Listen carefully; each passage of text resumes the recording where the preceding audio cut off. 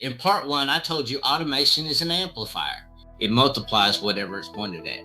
So today's question is simple. What are we going to make worth multiplying? Welcome back to Musings from the Edge.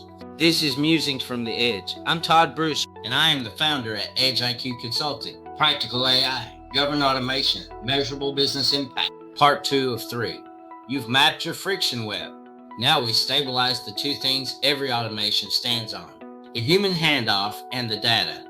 Then we automate. Section 1, defining your zones of ownership. Start with ownership. In most shops, accountability is fuzzy on purpose. We all pitch in. That sounds like teamwork. To an automation, it is a coin flip. So we draw zones of ownership. Every task is defined. Every task, every stage of the job has exactly one name attached. One person accountable. Not one person who does all the work. One person the buck stops with. Clear ownership makes a handoff followable.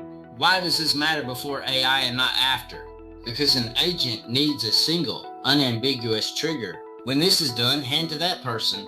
Clear ownership makes a handoff something a machine can follow. If two people share a zone, the agent doesn't know who to notify, so it notifies both or neither.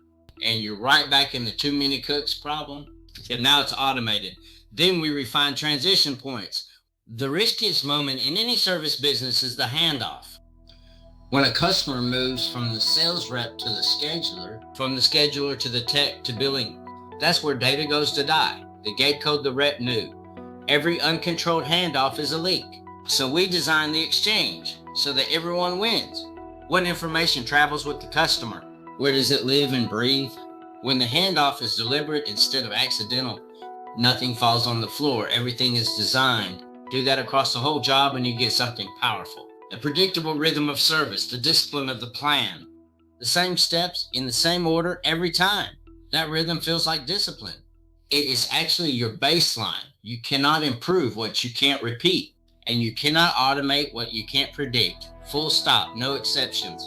Section 2, establishing the standardized data mandate. Now the data. And this is where businesses quietly sabotage themselves. Most shops run on dirty data. One tech writes no answer. Another writes N/A. A third writes customer number. Same event, 3 languages, same data point. A human reads all 3 and shrugs. A model cannot. It fills gaps with confident nonsense. It fails to learn. The hallucination everyone worries about starts right here in your intake notes. So we set the mandate, the standardized data mandate. Everyone speaks the same technical language. A closed job is logged one way. A callback reason comes from a fixed list, not a free text field where creativity goes to hide. It feels rigid. Rigid is the point. Consistency is what makes your data readable by your team and by a model. And the last shift is the biggest. We shift our view. You move from anecdotal to structured.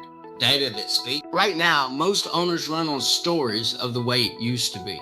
Seems like we're getting more callbacks lately. Seems like isn't data. It is just a feeling. When every job is logged the same way, seems like it becomes a number you can actually see. That structured record is more than a report. It's the training ground. The history you build this year is what a custom model learns.